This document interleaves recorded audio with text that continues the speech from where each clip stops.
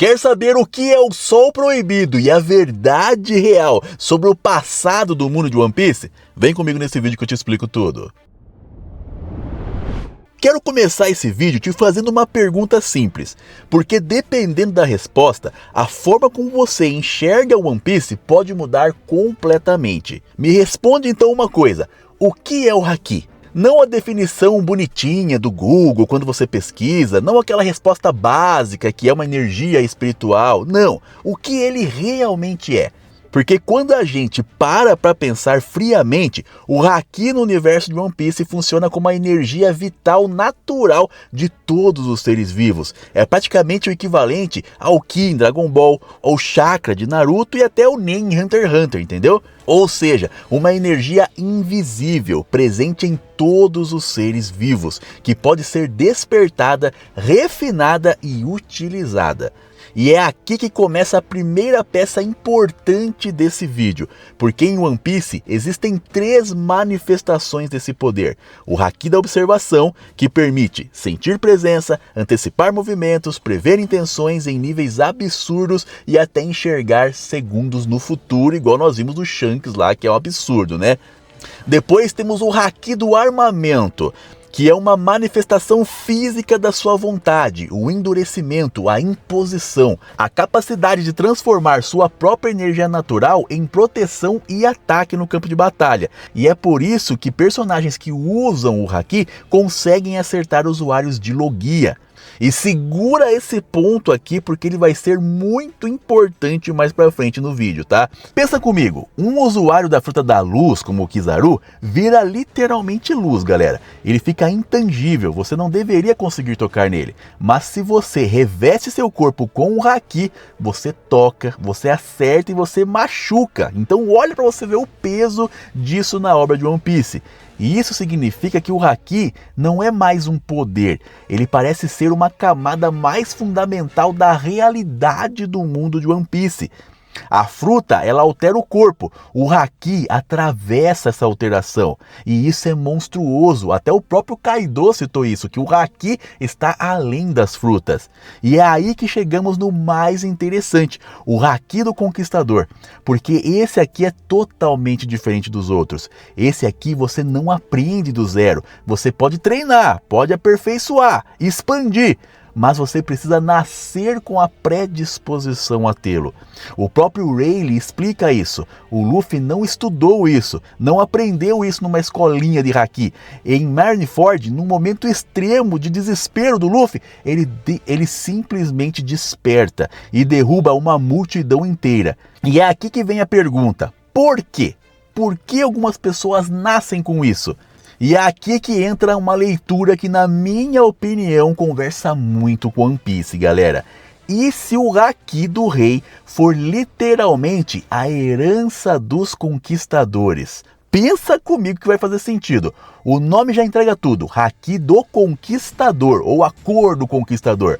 Não é Haki do guerreiro, não é Haki do forte, é do Conquistador. Daquele que subjuga, daquele que se impõe, aquele cuja vontade domina a vontade dos outros. E se no passado os grandes reis do mundo, os fundadores de civilizações, os conquistadores do passado, foram os primeiros grandes usuários desse poder. E se por isso essa predisposição foi sendo passada por linhagens. Porque isso explicaria muita coisa sem resposta hoje em One Piece, galera. Explicaria por que o Doflamingo tem, o Luffy tem, o Ace tinha, Yamato tem, Kaido tem e até o Shanks tem de uma forma absurda. E se você parar para analisar, nenhum deles são pessoas comuns. São figuras de imposição absurda, pessoas nascidas para dominar ou mudar o mundo. São personagens chaves no mundo de One Piece.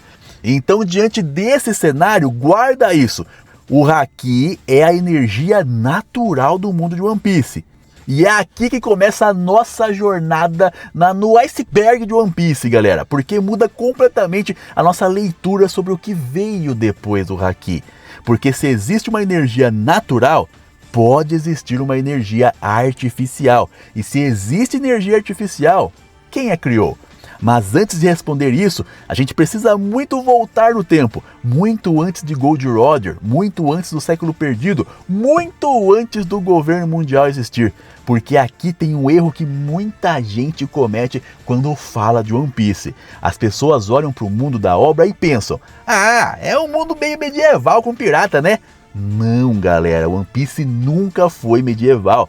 Na verdade, One Piece é um mundo pós-civilização altamente avançada. E isso fica claro quando a gente começa a olhar vários vestígios.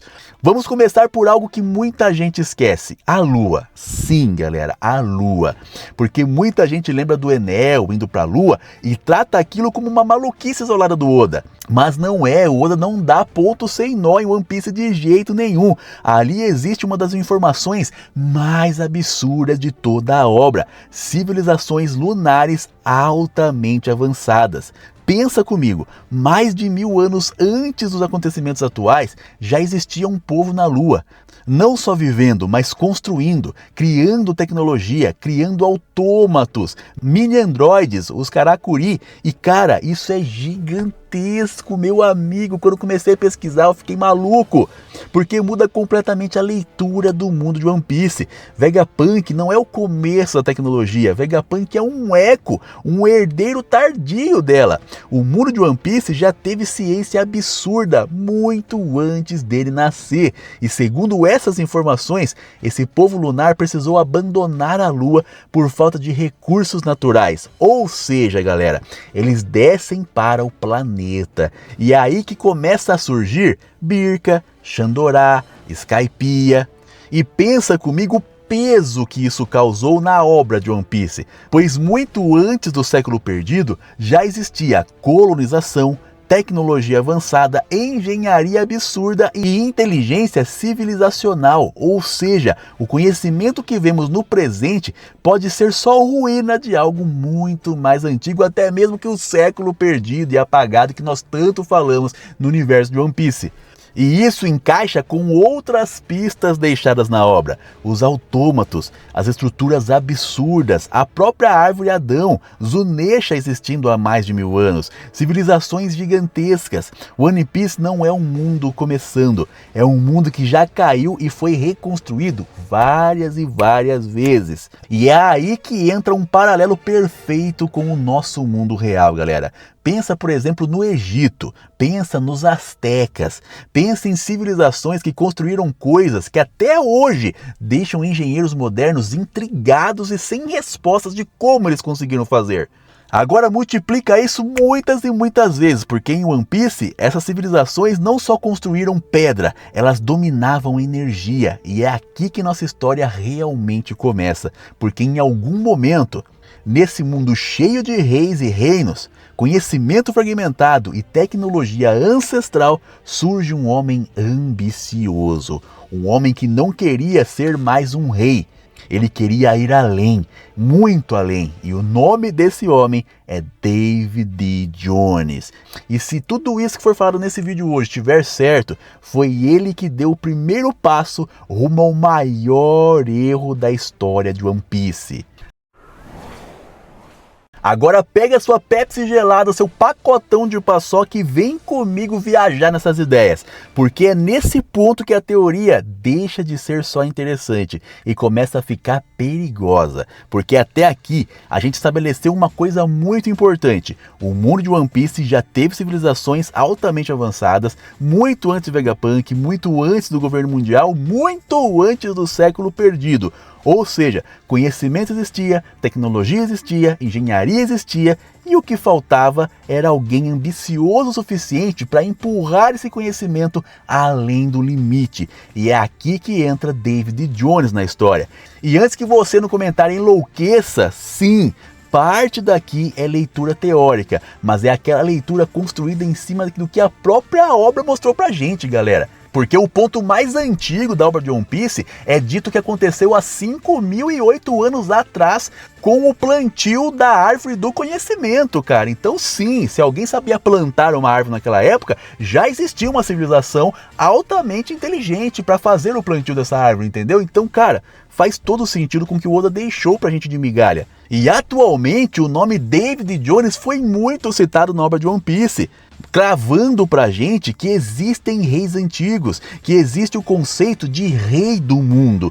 E faz todo sentido imaginar ele como uma figura central, uma figura que monopolizou o poder. E esse homem com certeza foi David Jones. Mas eu não estou dizendo que ele foi o grande vilão de One Piece e que tudo aconteceu por culpa dele, não. Ele é como um grande homem da história real que mudou o mundo. Um visionário, alguém brilhante, ambicioso e perigosamente ganancioso também. Porque pensa no padrão da nossa humanidade real. A gente encontrou o fogo, depois aprendeu a controlar e depois cozinhou. Depois a gente forjou metal, depois construímos máquinas e depois encontramos eletricidade. Depois energia nuclear, sempre a mesma sequência: observação, entendimento, canalização, controle e aplicação.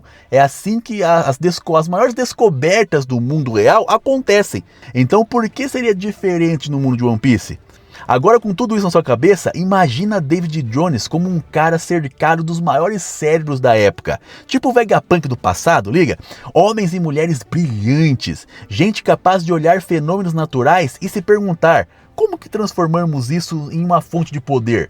E é aqui que entra a descoberta que mudou tudo, o interior do planeta. Porque pensa comigo, se você é um rei ambicioso, num mundo cheio de atividade geológica absurda que é o mundo de One Piece, mares violentos, ilhas bizarras, vulcões, anomalias, é natural que alguém começasse a investigar o que existe embaixo da superfície. Pois nós mesmos no mundo real fizemos isso, perfuração, mineração, exploração, buscando energia sempre. Então imagina isso em One Piece numa escala muito maior. Imagina David Jones e os seus sábios observando vulcões ativos, calor subterrâneo absurdo, regiões energeticamente instáveis, comportamento estranho do planeta, até perceber uma coisa fundamental: existe energia dentro do planeta. Mas não uma energia comum, algo muito maior, algo primordial, algo que nessa visão o Mural Hardy chamaria de o Sol Proibido. E é aqui que entra o paralelo perfeito com o nosso mundo, galera. Porque petróleo mudou civilizações, energia elétrica mudou civilizações, energia nuclear mudou civilizações também.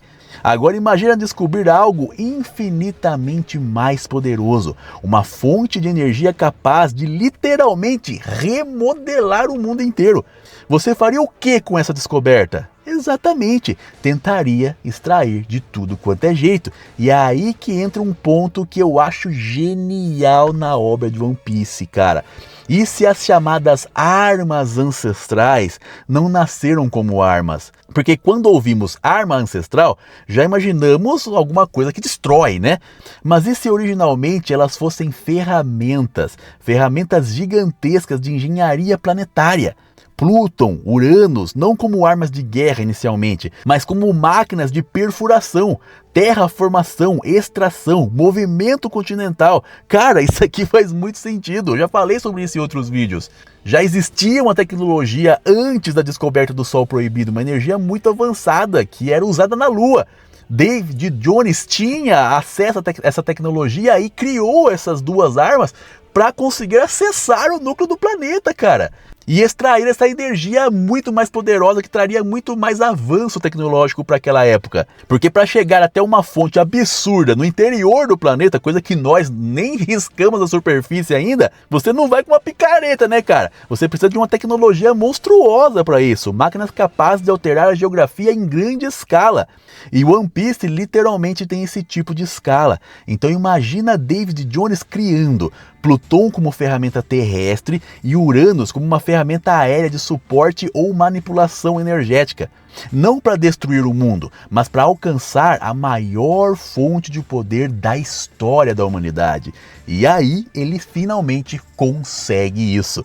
E quando ele consegue, imagina você no lugar do David Jones. Humanos acessam uma energia primordial pela primeira vez, uma força natural gigantesca. E aqui entra a pergunta mais importante do vídeo: como eles entenderam essa energia? Porque encontrar não basta, galera. Você precisa compreender. E aqui você E aqui volta o padrão da humanidade real.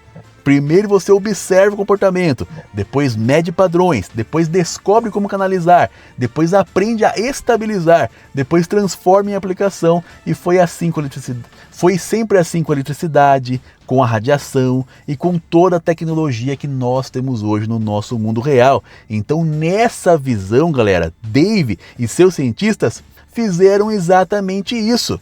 Eles observaram, encontraram padrões, entenderam esses padrões, entenderam as regras que poderiam ser aplicadas a essa energia e perceberam que tem uma lógica. Depois disso, começaram a canalizar essa energia, como nós vimos no mural Harley, criaram mecanismos, estruturas, condutores, interfaces e, por fim, codificaram essa energia, transformando aquilo em tecnologia aplicável. E é aqui que a teoria entra num nível absurdo, galera.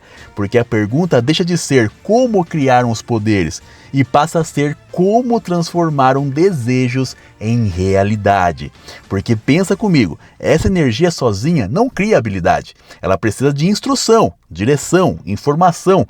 E é aqui que entra a parte genial do Oda, cara. E se o que eles fizeram foi algo parecido com a programação do nosso mundo? A gente transforma informação real em dados, processa, codifica, cria sistemas. Agora imagina isso em One Piece. Um cientista chega para a galera e diz: eu queria atravessar qualquer parede.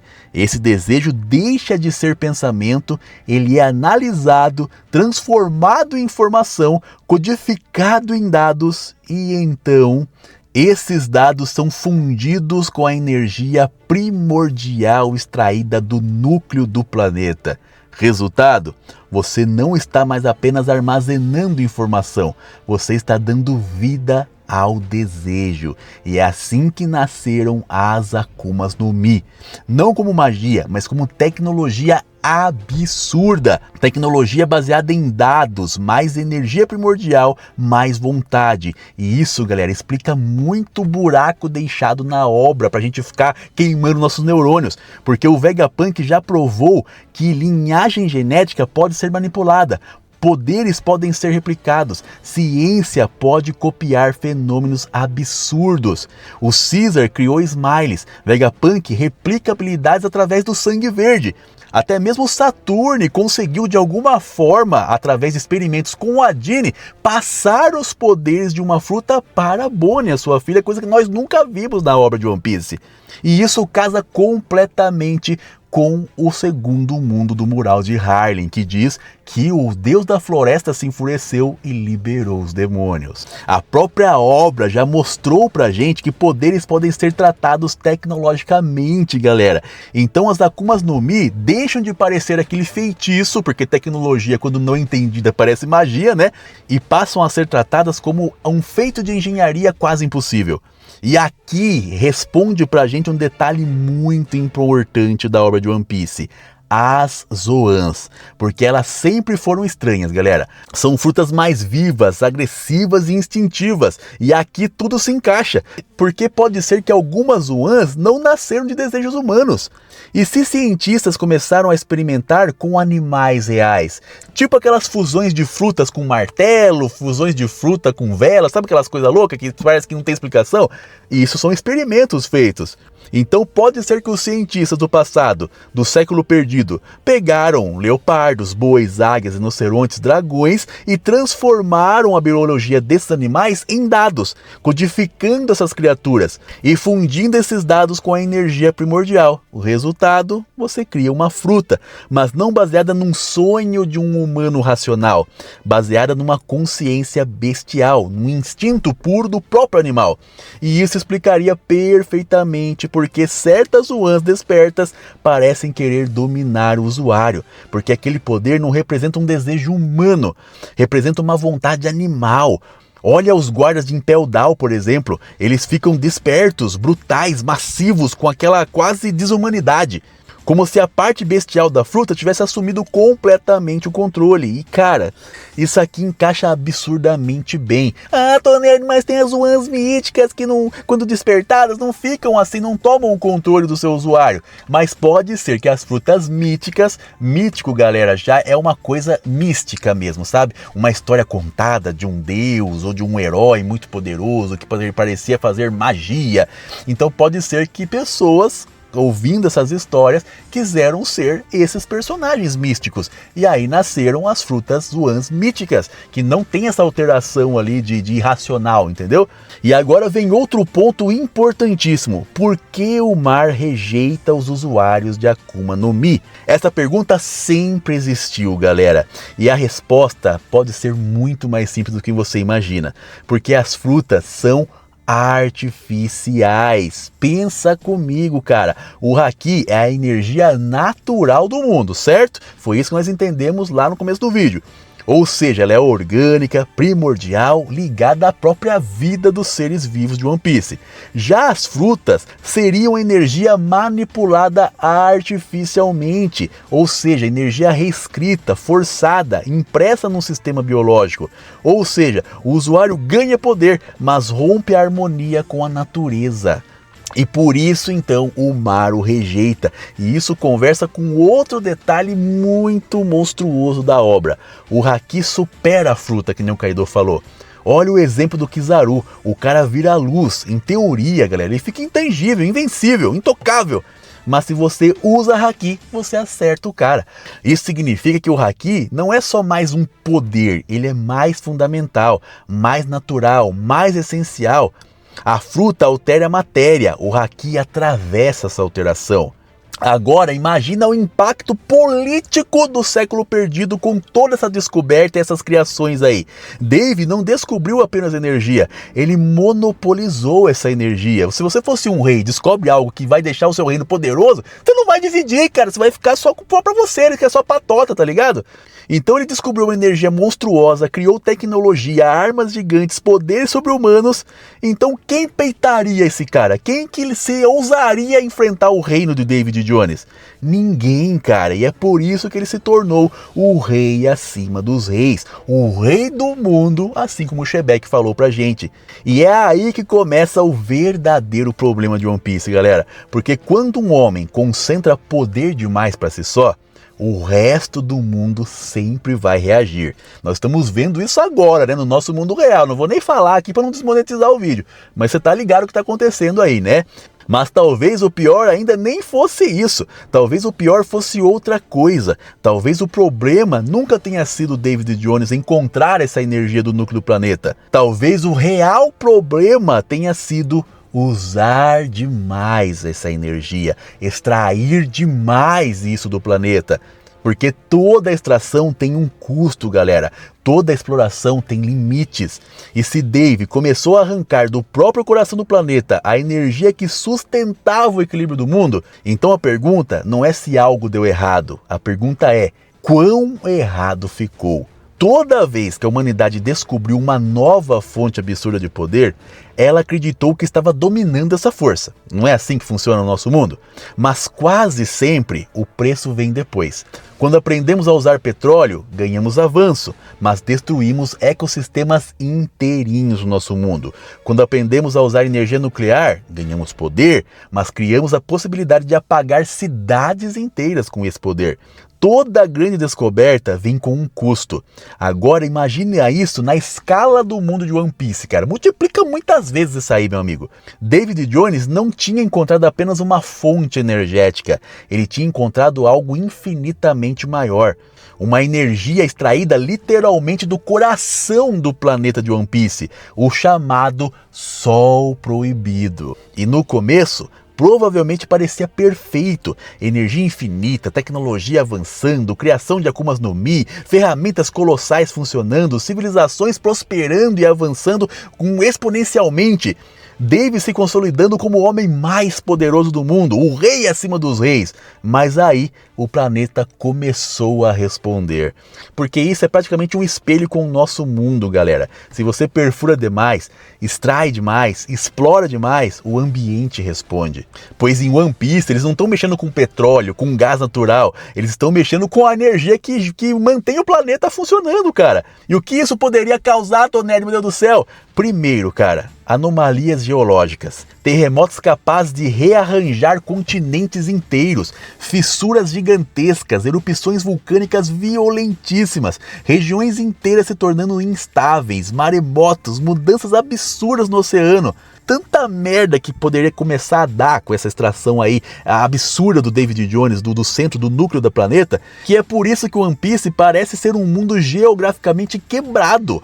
Olha para a Headline, olha para o Calm Belt, olha para as rotas impossíveis da Grand Line. Nada ali parece um planeta normal, galera.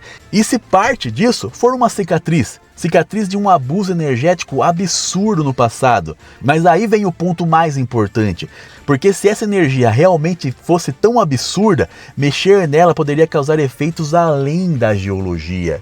Pensa no nosso mundo real, tá? Hoje em dia já existem teorias e estudos sobre gravidade, espaço-tempo, distorções energéticas, deformações de campos. Agora imagina uma energia infinitamente acima da que nós temos a capacidade de manipular hoje. Uma força retirada do núcleo do planeta, uma energia primordial. O que ela poderia fazer? Nessa visão de mundo, ela poderia afinar a própria realidade, galera. Como se o tecido que separa camadas de existência começasse a ficar cada vez mais fino pela manipulação de uma grande quantidade de energia, uma quantidade colossal de energia. E então essa camada começou a ficar frágil, instável, como se fosse um vidro, sabe? No começo inteiro, depois trincando e depois rachando completamente. E é aqui que entra um conceito muito importante desse vídeo. Universos paralelos coexistindo. Não como fantasia, mas como uma ideia clássica de ficção científica que nós vemos em muitas obras por aí do mundo nerd. Múltiplas realidades separadas por barreiras. Paredes finas entre mundos, que Dave, sem perceber, ao arrancar demais essa energia, começou a enfraquecer essa parede. E cara, isso aqui muda tudo, muda muita coisa e explica muita coisa também, porque o problema deixa de ser apenas ambiental e vira existencial. E é aqui que entra o contraponto de toda a história do One Piece e do século perdido. Imu Nerona. E eu quero que você esqueça por um instante aquela imagem do tirano sentado no trono, aquele cara malvadão, estilo demônio que quer o mal de todo mundo. Calma, esqueça a visão do Imu, zera sua mente e vem comigo agora para a continuação do vídeo. Porque nessa visão, galera, ele não começou assim. Ele começa como um rei, um governante, um homem do seu tempo. Talvez extremamente inteligente, talvez até mesmo um cara muito estratégico. Talvez alguém que olhou para Dave e entendeu exatamente o perigo que ele estava trazendo para a humanidade. Porque pensa como um rei, como uma coisa política mesmo. Se existisse um homem controlando uma energia infinita, tecnologia ancestral, ferramentas gigantes, poderes artificiais, esse homem não é apenas um rival, ele é uma ameaça global. E com o planeta começando a colapsar por causa das ações desse homem e do seu reino, então o Imu cresce vendo esse homem como um tirano qualquer. Ele vê o mundo começando a morrer, terremotos, instabilidade, oceanos violentos, mudanças ambientais, desordem. E é aqui que entra um ponto importantíssimo. Como convencer outros reis a se unirem? Muito simples, mostrando que se nada for feito, todo mundo morrerá. E é aí que entram os 20 reinos. Não como vilões caricatos de qualquer mangá por aí, não, mas como alianças políticas formadas diante de um problema existencial. E galera, isso aqui é insano demais. Isso muda completamente a origem do governo mundial, porque nessa teoria eles podem não ter começado maus, podem ter começado tentando impedir um colapso planetário. Por isso que o Vegapunk cita que, sabendo do passado que aconteceu, ele não sabe quem era certo e quem era errado, é ambíguo. E é aqui que a história fica sombria. Imu e os estudiosos dos 20 reinos começaram a observar as anomalias, mas não só as físicas, porque algumas coisas deixam de fazer sentido como fenômeno geológico comum. Porque se fossem só terremotos, beleza. Se fosse só vulcão, Tá certo, joia, mas começaram a aparecer fenômenos impossíveis para aquela época. Regiões onde a gravidade se comporta estranho, áreas onde instrumentos enlouquecem, locais onde a realidade parece errada, pontos onde coisas surgem e desaparecem do nada, sombras onde não deveriam haver, distorções, anomalias e então Imu percebe algo. Isso não é apenas um problema do mundo físico, existe outra coisa acontecendo. E mais uma vez eu comparo com o nosso mundo, galera. Quando os cientistas observam efeitos antes de entender a causa, você não vê o fenômeno inteiro de imediato, você vê os rastros, as consequências, os ecos. E nessa leitura, o Imu não encontra uma dimensão paralela do nada, não. Ele encontra os vestígios dessa dimensão, os sinais, as achaduras, e isso muda completamente o rumo da história de One Piece. Porque até aqui, Imu estava tentando combater David Jones, certo? Agora ele começa a perceber que existe algo maior por trás, algo que talvez tenha sido despertado, ou revelado, ou exposto. Então imagina comigo assim uma mesa assim com vários estudiosos reunidos, mapas, geometria, astronomia, fenômenos, todos tentando entender por que certas regiões se comportam de forma impossível. Até que finalmente, em algum ponto, uma rachadura aparece, não no solo, mas sim na realidade, galera. Uma falha, uma distorção, uma fissura entre mundos. E pela primeira vez, Imu Neurona olha para além da sua própria realidade e vê o vazio. E me responde uma coisa, o que você faria se estivesse tentando salvar o mundo e descobrisse que existe outra realidade observando você? Porque é exatamente aqui que essa história muda completamente a escala. Até agora, a ameaça era David Jones, a tecnologia, a extração do sol proibido, o colapso ambiental, o risco do planeta morrer. Mas quando Imu encontra aquela rachadura, o problema deixa de ser só político, deixa de ser só científico e vira existencial. Porque uma coisa é você lutar contra um homem, galera. Outra coisa é descobrir que existe algo do outro lado do seu mundo. E é aqui que nós voltamos para o Haki. Pensa no Haki agora. A gente estabeleceu no começo do vídeo que o Haki, na nossa leitura, funciona como a energia natural da vida no universo de One Piece, certo? Haki representa a vontade, a presença, a força vital, algo orgânico, algo vivo, algo que nasce dentro dos seres humanos. Agora pensa numa lógica oposta ao Haki. Se existe uma energia natural positiva, orgânica, ligada à vida, não seria possível existir uma contraparte? Assim como aparece em muitas outras obras, como em Star Wars, que tem a força e o lado sombrio, em Naruto, que tem o chakra modelado por emoções e intenções, e até no nosso carro-chefe Jujutsu Kaisen, que a energia amaldiçoada nasce de emoções negativas e de tristezas humanas. Ou seja, a ideia de existir em One Piece uma energia emocionalmente carregada não é um absurdo, galera. Então pensa nessa possibilidade agora. O mundo natural de One Piece gera Haki, beleza? Mas e se outra camada da realidade gerasse outra coisa? Uma energia nascida não da vontade de viver, mas daquilo que sobra quando a vontade quebra. Dor, ódio, frustração, luto, fracasso, sonhos destruídos, desejos negados. Se o Haki é a energia da afirmação, essa outra força pode ser a energia da negação. E cara, isso aqui, se for real, o Oda é um psicopata, cara. O cara é maluco. Porque você lembra o que nós falamos sobre as Akumas no Mi? São desejos codificados, sonhos materializados. Agora imagina o oposto. Não sonhos realizados, mas sonhos mortos. Não desejos de conquistar, mas dor por não conquistar. E se isso gerasse uma energia? E se essa energia existisse numa camada paralela ao universo de One Piece? E é aqui que a descoberta do vazio do submundo começa a fazer total sentido. Porque talvez Imu e os estudiosos dos 20 reinos não tenham encontrado apenas escuridão nessa dimensão. Talvez tenham encontrado um ecossistema energético completamente diferente. Um espelho sombrio da própria realidade. Onde a energia predominante não é o Haki, não é a vitalidade, é a ruína emocional. Então pensa no peso narrativo disso, galera, e o Oda gosta muito de fazer isso. Se o Haki nasce da vontade, essa outra força nasceria da anti-vontade, do colapso dessa vontade, e isso explicaria muita coisa sem resposta hoje em One Piece, porque o que o Imu usa aparentemente é diferente do Haki. Porque aquele homem, ou que está sendo chamado aí de Maki, que o Imu usa, parece algo oposto ao Haki. O Haki ele impõe presença, certo? Já esse Maki, vamos dizer assim, deforma, corta, explode, contamina, impõe alteração da realidade. Não é só uma força, é uma invasão.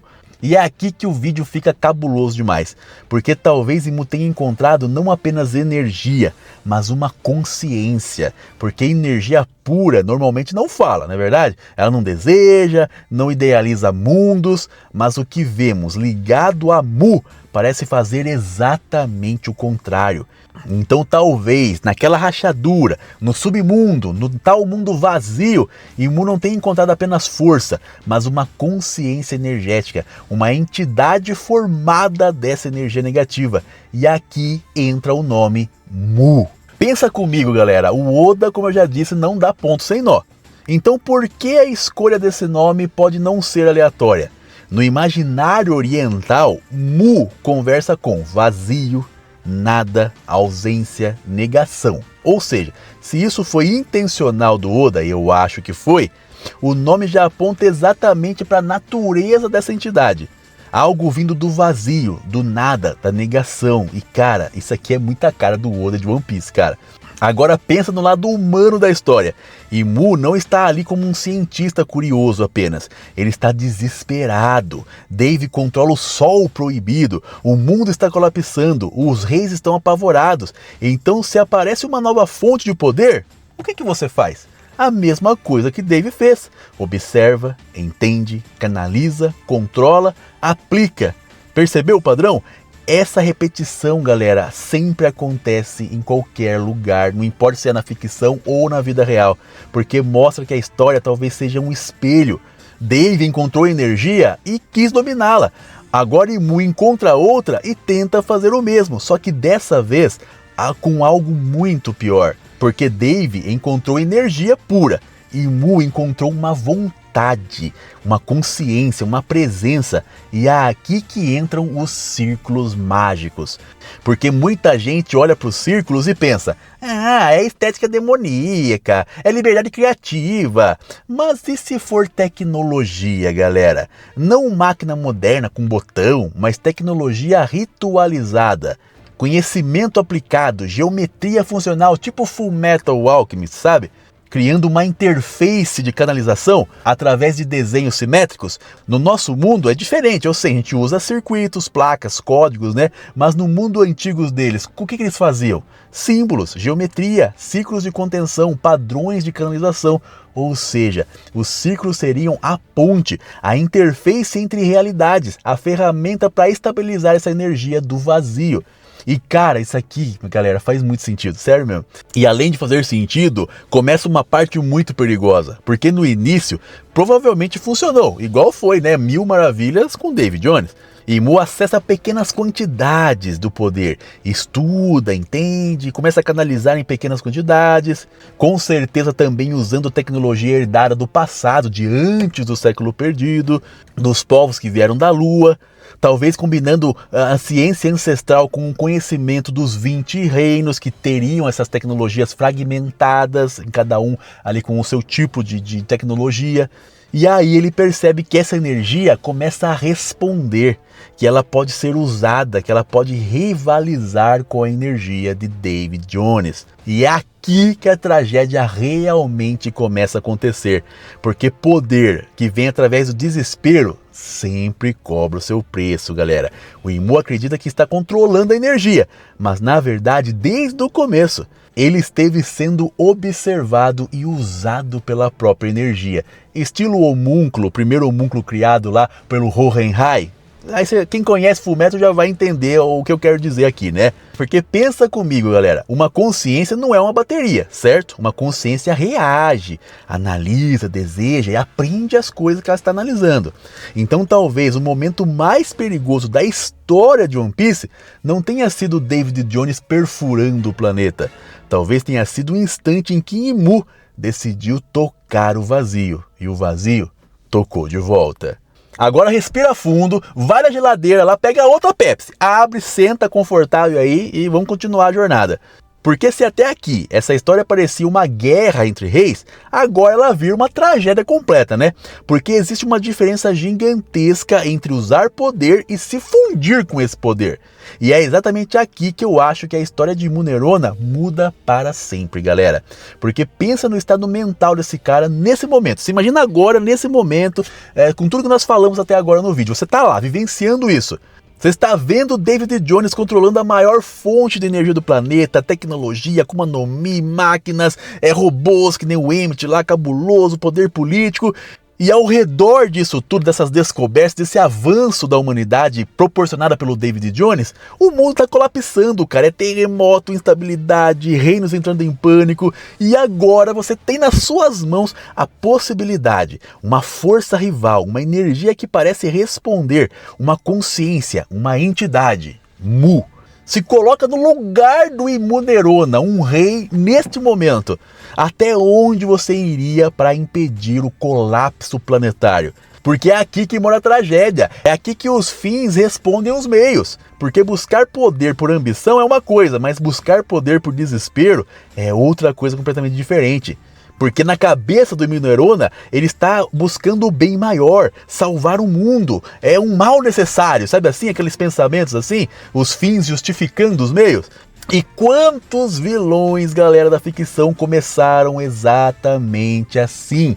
Temos o Sensui lá em Yu Yu Hakusho, temos mais recente o Geto, Suguru Geto de Jujutsu Kaisen, caras que viram uma situação crítica e, cara, os fins justificam os meios e foram pra frente, entendeu? No nosso mundo real, quantos líderes começam exatamente desse jeito? Você tá vendo o nosso mundo como tá agora, né? E na nossa leitura, Imu pode ter sido exatamente esse cara. Não alguém essencialmente maligno, mas alguém que acreditou que precisava fazer o impossível. E é aí que ele cruza uma linha que não deveria nunca ter sido cruzada. Porque estudar a energia é uma coisa, canalizar externamente é outra, mas em algum momento isso deixa de ser suficiente, porque Dave tinha o Sol Proibido, a maior energia já conquistada no universo de One Piece. E Imu, precisando de algo muito maior para sucumbir a essa energia aí do David Jones junto com o seu reino, ele vai além, ele cruza a linha, ele se pergunta, e se eu me tornar o condutor primordial dessa energia do vazio? Porque até aqui a energia estava fora, controlada, limitada, mas agora ela entraria no corpo do próprio Imu. E se essa teoria, galera, tiver certa, se a linha de pensamento tiver certa desse vídeo, é exatamente isso que aconteceu. Imu deixou de apenas manipular Mu e começou a usar o próprio corpo como âncora, como interface viva, como recipiente. E em One Piece, galera, o Oda já brincou várias vezes com a ideia de corpos alterados. Temos as clássicas Akumas no Mi, que mudam a fisiologia do corpo, experimentos mudam a biologia, Vegapunk mexe com linhagem genética, Caesar alterando organismos. Então a ideia de um corpo sendo transformado por energia externa não é absurda dentro do universo de One Piece. Muito pelo contrário, é muito coerente, galera, com o que o Oda está construindo agora pra gente. E é aqui que entra o erro fatal de Munerona. Porque no começo funcionou, beleza? Tudo deu certo, aquele poder, aquela coisa, o cara, nossa, é um absurdo. Ficou mais forte, aquela força, aquela presença, aquela coisa louca. Finalmente ele teria encontrado algo que rivalizasse com David Jones diretamente. Uma força capaz ali de bater de frente. Então o Imunerona fala, pô, consegui, agora vamos parar essa palhaçada aí e vamos colocar o mundo nos seus eixos. Mas é aí que vem a consequência do ato, da cruzada dessa fronteira que não deveria ser cruzada nunca. Pois essa energia do vazio tem consciência. E a consciência foi ali trabalhando na mente do Imu Neurona, foi liberando mais poder, estilo o homúnculo lá mesmo do Hohenheim, vai lembrando de Fullmetal, e foi aos pouquinhos corrompendo o Imu Neurona de forma gradual. Primeiro com pequenas mudanças, comportamento, ficando mais frio, tendo uma obsessão, sendo mais empático, sabe? E depois mudando seus pensamentos, suas prioridades e até mesmo o ideal inicial que o levou a fazer esse sacrifício, digamos assim. E é aqui que chega o ponto da linha entre Imu e Mu começar a desaparecer. E é aqui que entra outra coisa que eu acho importantíssimo na obra. A fala do Imu, galera, porque isso não é um detalhe bobo do Oda. Isso é uma pista narrativa de tudo que eu falei para vocês até agora. Imu não fala simplesmente como um homem comum. Ele fala como alguém que se refere a si de forma estranha, como se existisse uma separação, como se o eu original tivesse sido deslocado.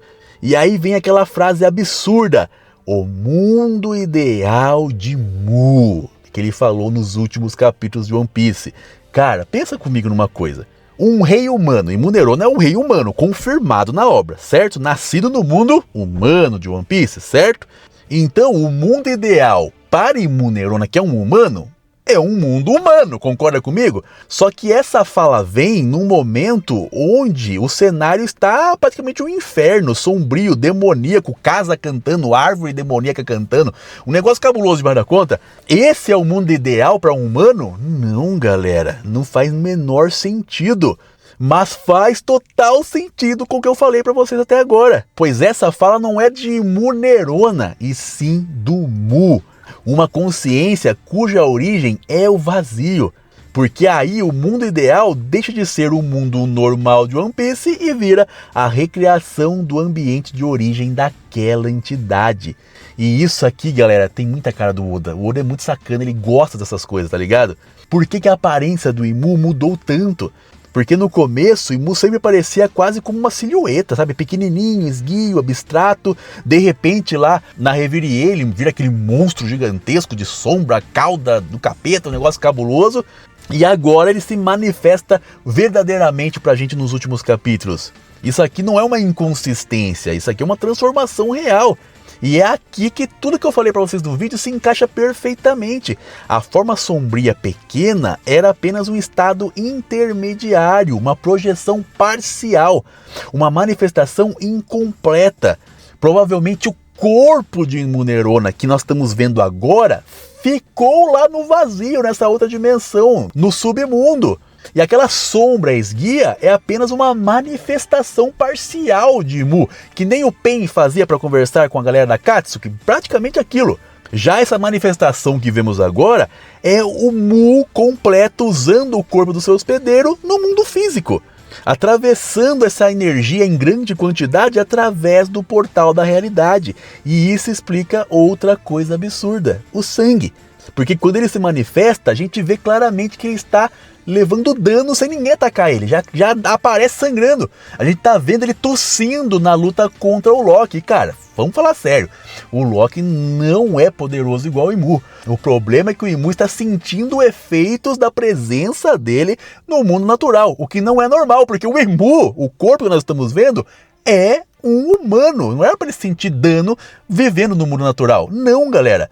Então isso deixa claro pra gente que o corpo do Imu-sama, o Imu Neurona do século perdido, fica lá no vazio, porque ele se tornou um com a entidade que nasceu nesse vazio, nesse submundo, nessa outra realidade.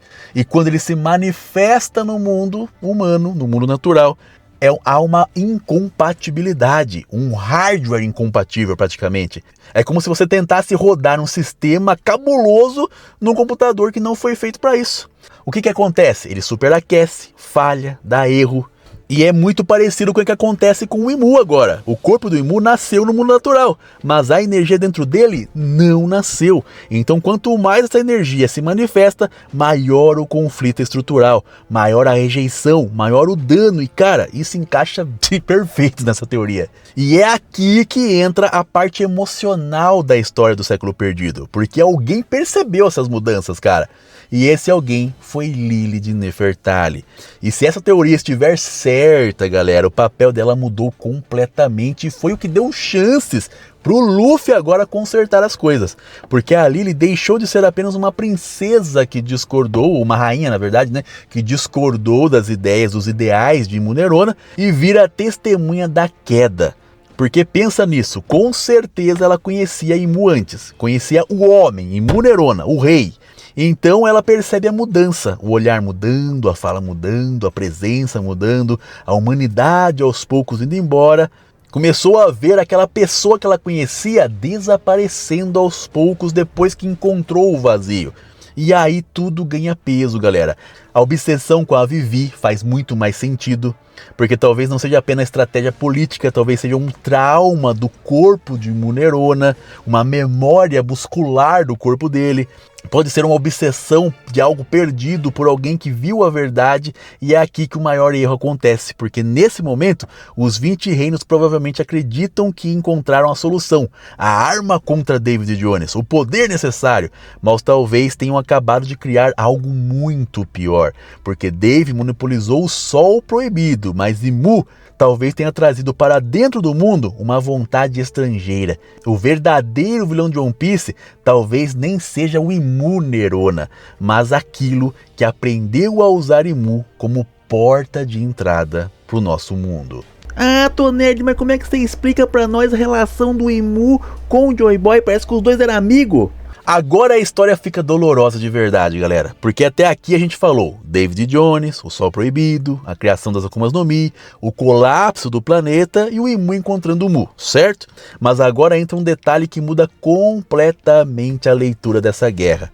Joy Boy, porque tudo indica que Joy Boy e Imu não eram completos estranhos, e isso é importantíssimo nesse ponto do vídeo, porque se existe ressentimento, se existe essa sensação de traição, se existe essa carga emocional no jeito como essa guerra parece ecoar até hoje, então faz muito mais sentido pensar que esses dois já se conheciam, talvez aliados, talvez amigos, como mostrou aquele flashbackzinho pra gente no capítulo 1182, talvez homens que num primeiro momento queriam salvar o mundo, cada um à sua própria maneira. E cara, isso deixa a história de One Piece muito mais com cara do Oda, sabe? Porque pensa nessa situação, imagina aí, David Jones está empurrando o planeta pro limite, extraindo energia demais, criando poder demais, expandindo demais, e Joy Boy provavelmente ainda era o mesmo cara que a história nos vende, o libertador, certo? O homem que olhava para o sofrimento e simplesmente não conseguia ignorar, porque essa essência conversa demais com o Nika, conversa muito com o jeito que o Luffy é, e com a ideia de liberdade do Luffy. Então imagina a cena, Joy Boy vê exploração, sofrimento, trabalho forçado, desigualdade, pessoas vivendo como ferramentas de um sistema, e naturalmente ele vai se posicionar contra isso, porque esse é o tipo de homem que Joy Boy parece ser. Só que aqui nessa tragédia, porque Joy Boy está olhando o lado humano da guerra, enquanto Imu já começou a enxergar algo muito maior, muito pior. Porque lembra, Imu viu as rachaduras, viu as anomalias, viu o vazio, viu Mu. Então enquanto Joy Boy pensa, precisamos libertar essas pessoas, Imu pensa, se a gente não parar isso agora, o mundo inteiro morre. E cara, isso aqui muda completamente a visão de mundo desses dois amigos, porque os dois podem estar sinceramente tentando fazer a coisa certa, mas baseados em informações diferentes, e é exatamente assim que as tragédias acontecem. Pensa na vida real, galera, quantas guerras começaram assim, dois lados acreditando que estão fazendo a coisa certa, só que um não tem acesso à visão completa, e nessa leitura, Joy Boy pode ter sido exatamente isso, não um idiota, não um vilão, mas alguém que viu o sofrimento real e reagiu como qualquer herói reagiria. Só que Imu já não era mais totalmente o mesmo Imu de sempre, porque enquanto tudo isso acontece, Mu está lá, influenciando, mudando, corrompendo. E essa mudança provavelmente foi lenta, foi gradativa. E é aqui que entra a parte dolorosa da história, porque Joy Boy provavelmente foi percebendo as mudanças. Imagina o seu amigo, o seu aliado, um cara que você respeitava, começando a agir estranho, falando diferente, pensando diferente, tomando decisões cada vez mais extremas, e é aí que você começa a perceber, tem alguma coisa muito errada nesse cara, hein? E isso aqui, galera, é muito a cara de Eiichiro Oda, porque transforma a guerra não só em uma guerra, mas numa tragédia pessoal. Não é só um conflito entre facções, é um rompimento entre pessoas. E agora, para completar essa barada, entra a Lily. Porque se Joy Boy percebe, Lily também percebe. Talvez antes mesmo do próprio Joy Boy. E é aí que vem aquela frase absurda, o mundo ideal de Mu. Agora pensa nisso do ponto de vista de Joy Boy. Você conhece aquele cara, aquele rei, aquele aliado, e de repente ele começa a falar como se fosse uma outra entidade, como se outra consciência estivesse dividindo o espaço. Cara, isso aqui ficaria uma coisa assustadora, meu. E aí talvez aconteça o rompimento definitivo. Joy Boy confronta Imu, mas Imu já não vê mais a situação como antes, porque na mente dele, Dave precisa cair a qualquer custo. O mundo precisa ser salvo e Mu talvez esteja reforçando isso na sua mente, empurrando isso, radicalizando isso.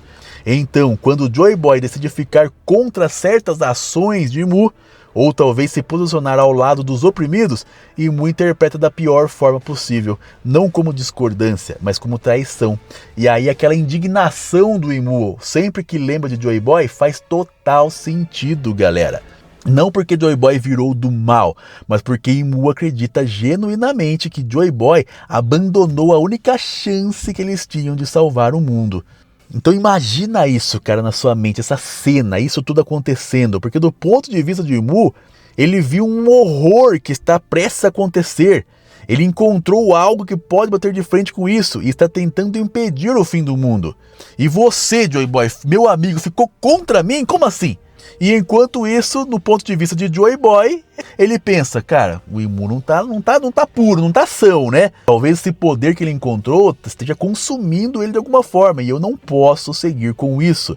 E nessas visões, galera, de cada um, ninguém precisava ser totalmente certo ou totalmente errado, só tragicamente decisões humanas. E aí o pior acontece, porque Imu cruzou a linha, ele deixou de usar Mu para começar a se fundir com ele, e nesse momento, Joy Boy talvez não perca apenas um aliado, ele perde aquele homem por completo, porque a partir dali, Imu Nerona simplesmente deixa de existir como indivíduo isolado, e o que sobra é algo novo, algo híbrido, algo que ainda usa o nome, o corpo e a memória de Imu, mas já não pensa mais como ele.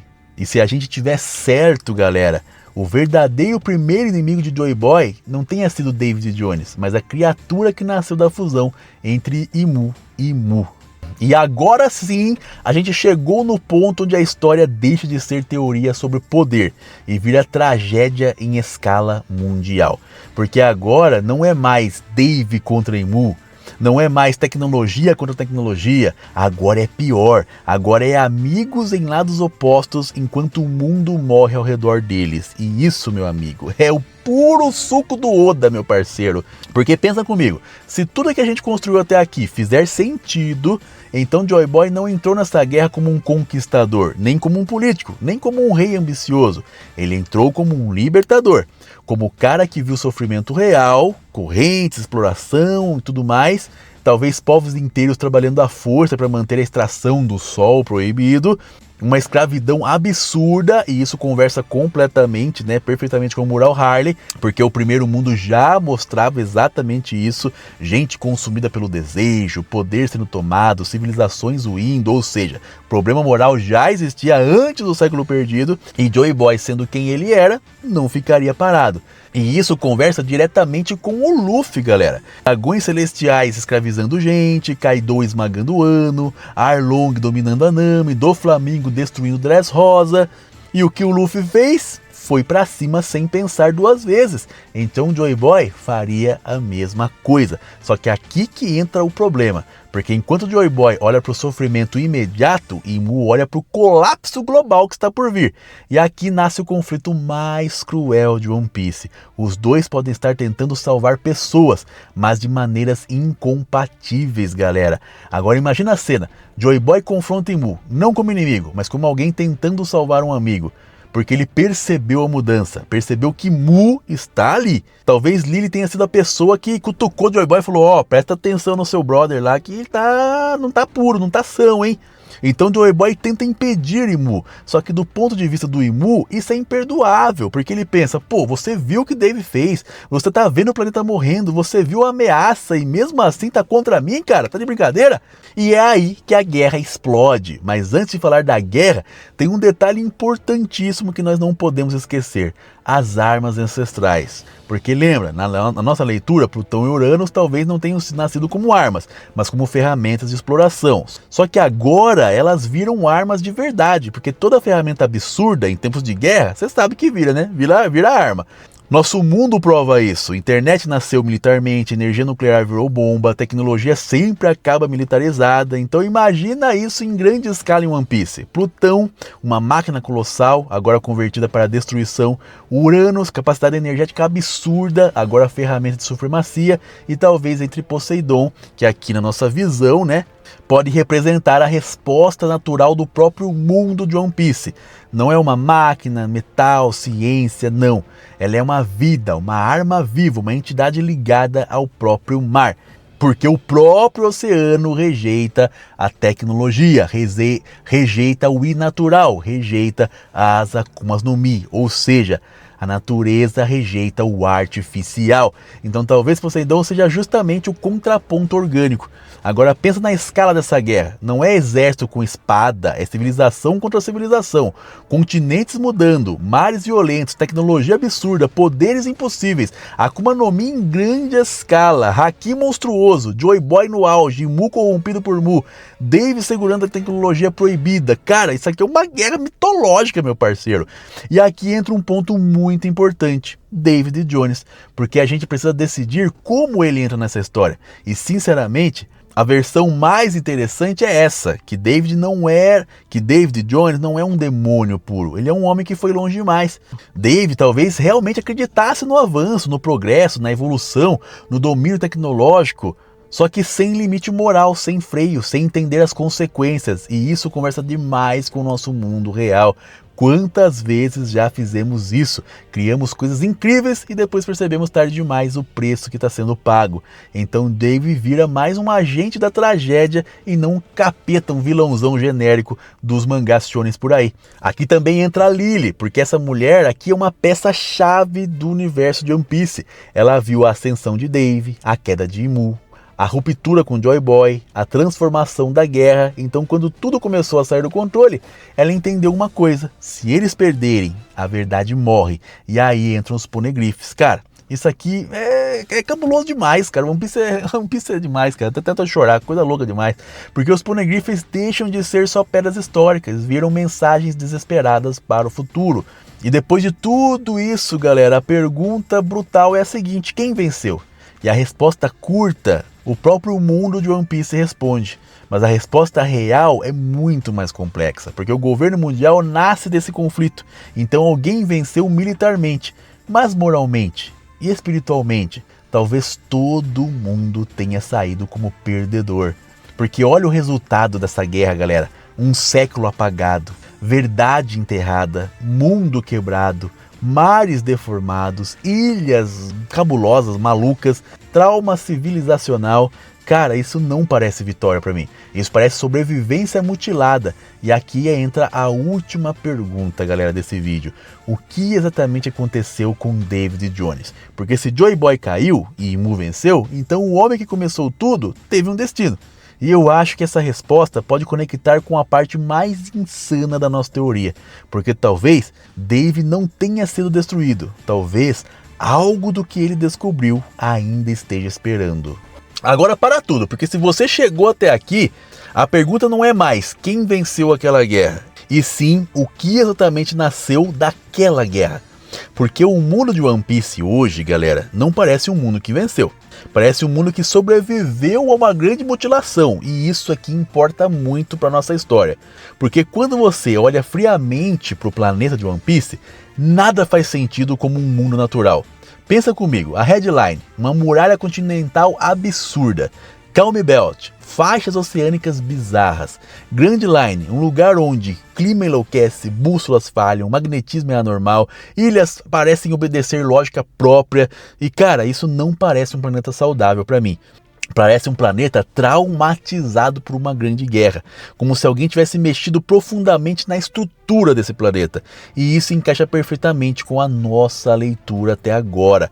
David Jones perfurando o mundo, extraindo o sol proibido, alterando o equilíbrio energético, criando colapsos, depois guerra civilizacional, armas ancestrais, destruição em escala nunca vista antes. Isso certamente, galera, essa grande guerra certamente deixaria cicatrizes, e talvez essas cicatrizes sejam literalmente o mundo atual de One Piece. Mas aqui entra um ponto muito mais importante, o mural Harley, porque aqui a coisa fica interessante num ponto assim absurdo, cara. O mural fala de 3 mundos, e se a nossa visão estiver certa, e se encaixa de forma quase que minuciosa, cirúrgica nessa teoria toda. O primeiro mundo, o mundo da descoberta, o mundo onde o desejo levou civilizações longe demais, onde o sol proibido foi encontrado, onde David Jones levou tecnologia além do limite, onde a humanidade tocou algo que não deveria ser tocado. O segundo mundo, a guerra, o confronto, a resposta de Mu, a ascensão de Mu, Joy Boy, Lily, a destruição, o colapso. E o terceiro mundo, o presente, o eco daquela guerra, o mundo quebrado, onde a história foi enterrada.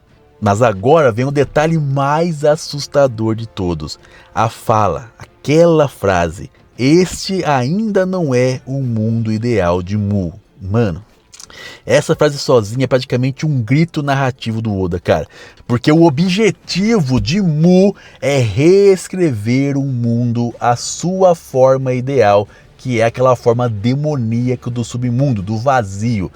E isso muda tudo, porque aí o governo mundial deixa de parecer apenas um sistema político corrupto e passa a parecer uma ocupação lenta, uma terraformação existencial, uma invasão silenciosa. E aí entra a pergunta final: onde David Jones entra nisso tudo? Porque ele foi o primeiro a mexer com a energia proibida, certo? Se ele foi a causa inicial, faz sentido perguntar: ele realmente sumiu? Ou deixou o legado? Porque o Oda ama ecos históricos, né? Vontades herdadas, ideias que atravessam eras. Então talvez David Jones não esteja vivo, mas a sua vontade, seu erro, sua descoberta, talvez ainda estejam aqui. Talvez nas armas, talvez nas frutas, talvez em algo ainda não revelado, talvez no Barba Negra. E aí chegamos em Luffy. Porque se tudo que falamos até aqui estiver certo, Luffy não está apenas herdando a vontade de Joy Boy. Ele está encerrando uma guerra de 800 anos. E olha como isso aqui é cabuloso. O David Jones representa um avanço sem limite. E Mu representa um controle absoluto. Mu representa a corrupção da própria realidade. Joy Boy representa a liberdade idealista. E Luffy representa a liberdade pura. Uma liberdade sem controle, sem dominação, sem exploração. Só a liberdade genuína. E aí a escolha de Nika fica perfeita. Porque se Mu representa a escuridão, controle, medo, transformação forçada, Nika representa o oposto absoluto. Luz, riso, liberdade e esperança. E agora eu deixo para vocês a última pergunta desse vídeo. E se One Piece nunca foi uma história sobre encontrar um tesouro, mas sobre corrigir o maior erro da história? E se Laugh Tale não for apenas onde está a verdade, mas onde está a explicação completa do que realmente aconteceu? Porque se isso estiver certo, Roger não riu porque achou engraçado. Ele riu porque percebeu a ironia absurda. O mundo inteiro contando a história errada por 800 anos. E o mais insano, se isso tudo fizer sentido, então o vilão final de One Piece talvez nunca tenha sido Mu, mas Mu, a entidade, a consciência, a coisa que entrou quando a humanidade tentou brincar com forças além da compreensão. E talvez, só talvez, o verdadeiro final de One Piece seja simples. Não é derrotar um governo, mas impedir que outro mundo substitua esse mundo. E agora eu quero saber de você aí, se essa teoria fizer sentido. Quem foi o verdadeiro vilão da história? Dave, Imu, Mu ou a própria ambição da humanidade? Porque sinceramente, depois de juntar tudo isso, eu acho que o Oda está cozinhando algo muito maior do que a gente possa imaginar, hein, galera? E se você curtiu esse vídeo, olha, são quase 2 horas de gravação aqui para sair esse vídeo, tá? Se você curtiu, eu tô até ficando rouco já no final da gravação, deixa o seu like, se inscreve, ativa o sininho de notificações. Porque, cara, isso aqui é um trabalho árduo mesmo de pesquisa funda nos detalhes, nos pontos, conexões, para fazer um vídeo como esse. Dá muito trabalho. Então, eu conto com você para ajudar a gente aí com seu like, o seu comentário, o seu compartilhamento, que isso dá uma força gigante pra gente. Beleza, galera? Vou deixar 2 vídeos até o final, estão muito bons, vale a pena assistir. E é isso, esse é o fim do vídeo. Obrigado por permanecer até aqui e valeu!